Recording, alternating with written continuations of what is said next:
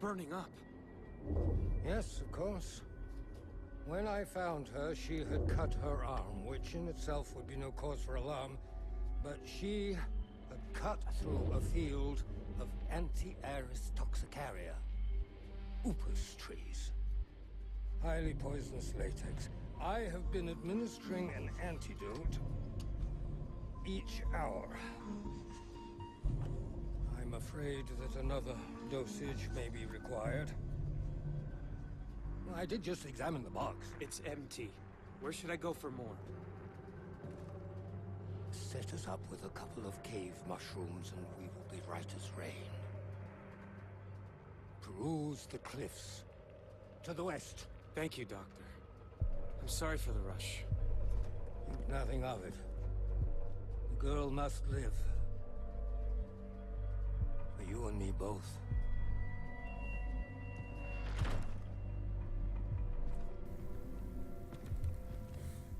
Hey, what's up everyone? This is ShadowFox007, and it's been a while. Well, for me it's been a while.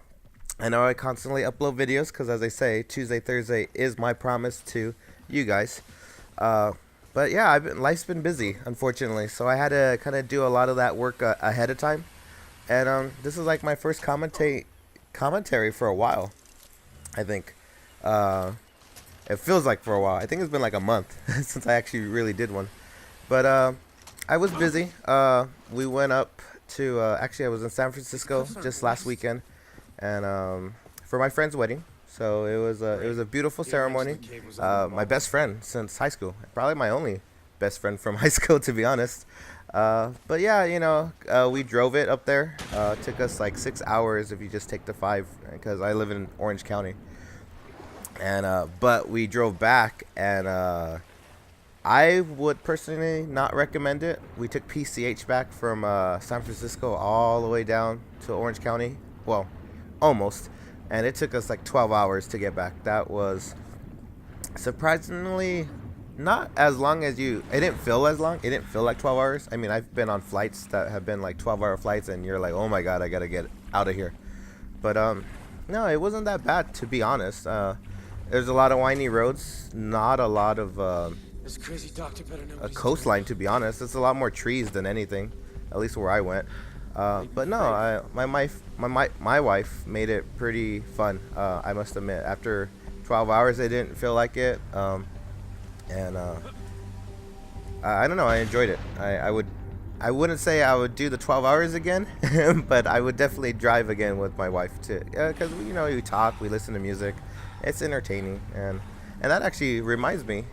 I'm gonna be coming up on my anniversary, so my 1-year anniversary. Yeah, can we get some applauses going here?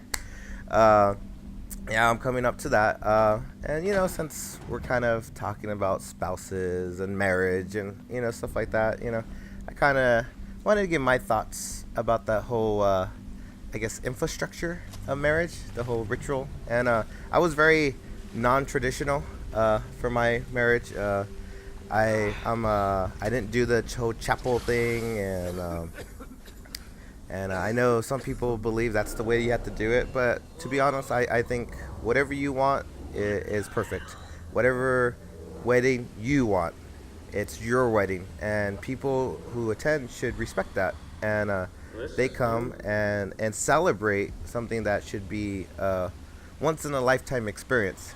And unfortunately, marriage is one of the things that does not last. Well, at least with the divorce rate, I think the last time I checked was like 55 or 60%, somewhere around there, which is crazy high. And I don't know why that is. I mean, I think personally, I think people get married for the wrong reasons, and that's why the divorce rate is high. You know, a lot of people see their friends, you know, that they grew up with getting married, and so they're like, oh man, I'm getting older. I'm gonna hit 30. You know, for women, my bio clock is ticking. I can't have babies if I want babies, and all that good stuff. And you know, guys, you know, kind of like, hey, you know, it's about time, you know, blah blah blah. But I don't think those should ever come into your mind as reasons to get married. To be honest, I think well, for me, when I got married, I didn't get married because my friends were getting married. I got married because I wanted to. I was still single. I enjoyed it. You go out, but it's life is a little bit different. And I can't fully describe it to you. You just get a feeling, and when you find that person that just kind of meshes with you perfectly, it's not like you should never, I guess, get married because that person makes you happy. You need to be happy to begin with. You marry that person that makes life even more enjoyable.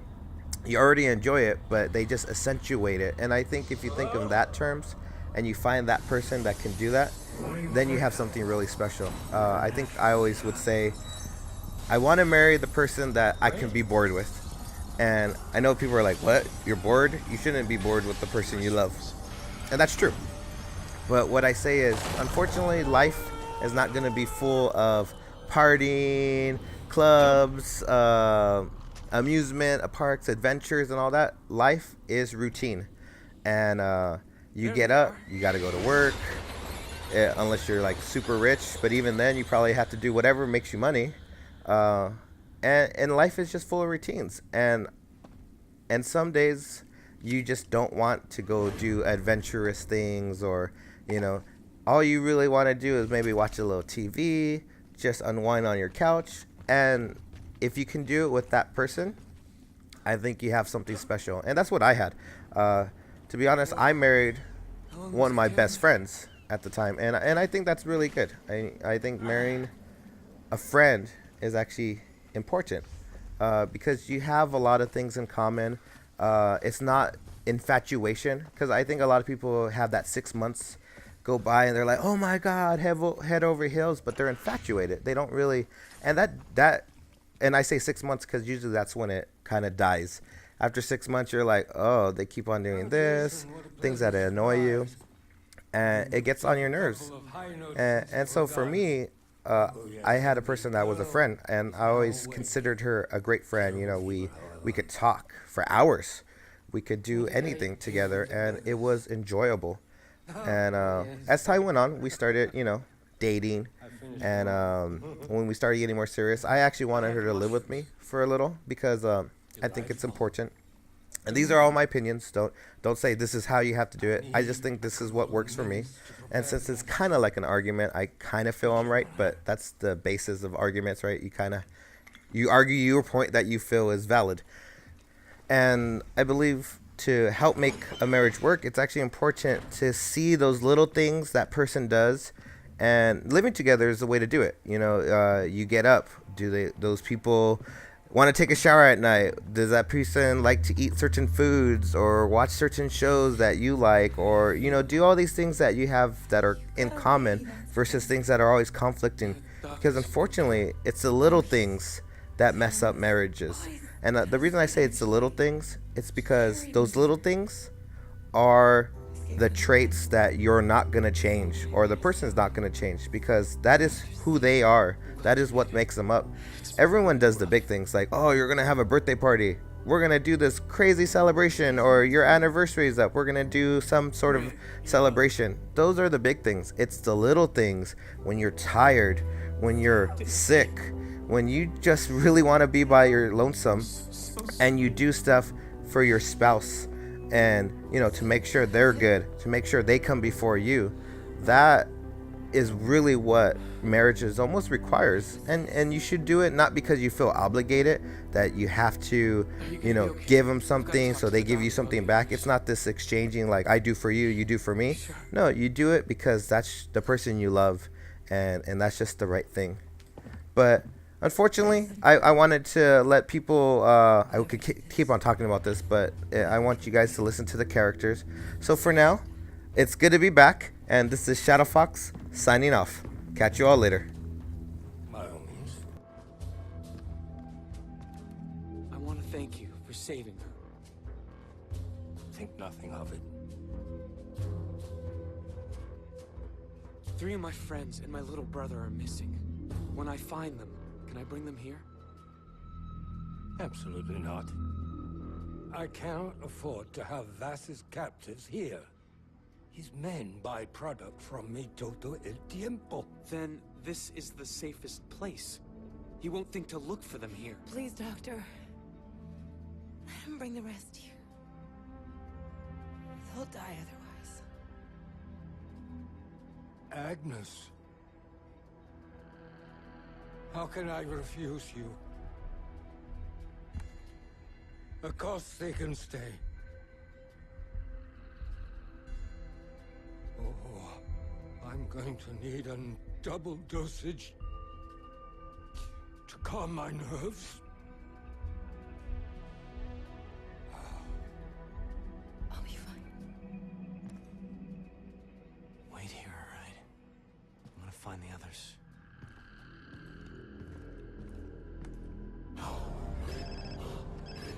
Jason, did you find your friend? Yeah, she's fine. Thank you, Dennis. You made this happen, not me. It is your victory. Where are the others? Is there a way I can search for them? Anything to help me find them? You know, Jason, the pirates use a satellite dish for communication on the Medusa. You could enter the comm room and listen in on the signal. What's the Medusa? A ship that has been beached nearby. With pirates guarding it. The path of the warrior, Jason. Train your body, and your mind will follow. The Tatao will bring you closer.